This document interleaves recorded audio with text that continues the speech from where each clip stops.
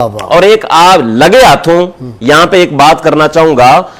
اسلامی تاریخ اس بات پر گواہ ہے کہ سب سے پہلے جس شخصیت نے، جس ہستی نے نبی کو نبی کہا وہ حضرت ابو طالب ہیں۔ واہ سبحان اللہ۔ ابھی قبلہ غازی صاحب قرآن کا نزول نہیں ہوا، ابھی صرف حضور علیہ السلام صرف 1-2 ماہ کے ہیں، حضرت ابو طالب نے حضور علیہ السلام کو اپنے ہاتھوں میں اٹھایا اور پتہ ہے کیا الفاظ ہیں، آپ فرماتے انت النبی محمد، آپ نبی محمد صلی اللہ علیہ وسلم ہیں۔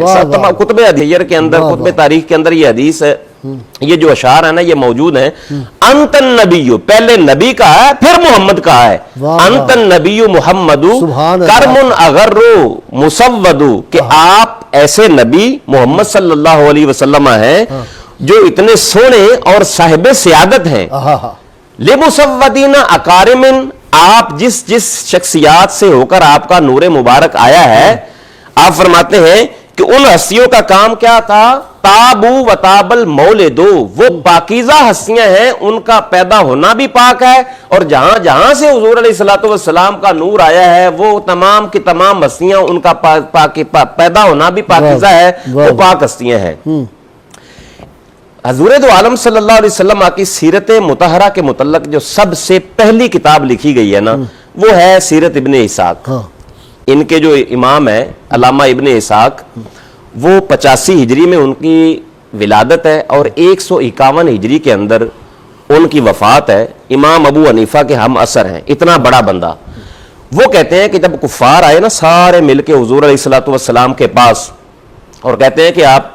حضور علیہ السلام کے جو ہے نا ان کی معاونت نہ کریں، ان کی مساعدت نہ کریں اور آپ ان سے سائڈ پہ ہو جائیں،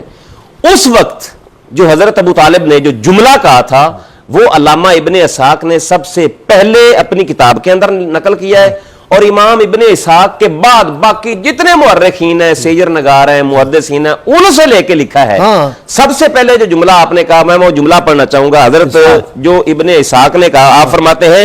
افعل ما احببتا، اے میرے بھتیجے، اے محمد، اے نبی، آپ کا جو دل کرتا ہے وہ کریں۔ لا نسلمک بشیء ابدا، اس کا محدثین نے یہ ترجمہ کیا ہے واللہ لا ادعوک للاعداء، اللہ کی قسم میں آپ کو دشمنوں کے لیے کبھی اکیلا نہیں چھوڑوں گا۔ اور دوسرا فرمایا ولا اجعلک عردۃ، اور نہ ہی آپ کو تکلیف یا اذیت کے لیے دشمنوں کا نشانہ بننے دوں گا۔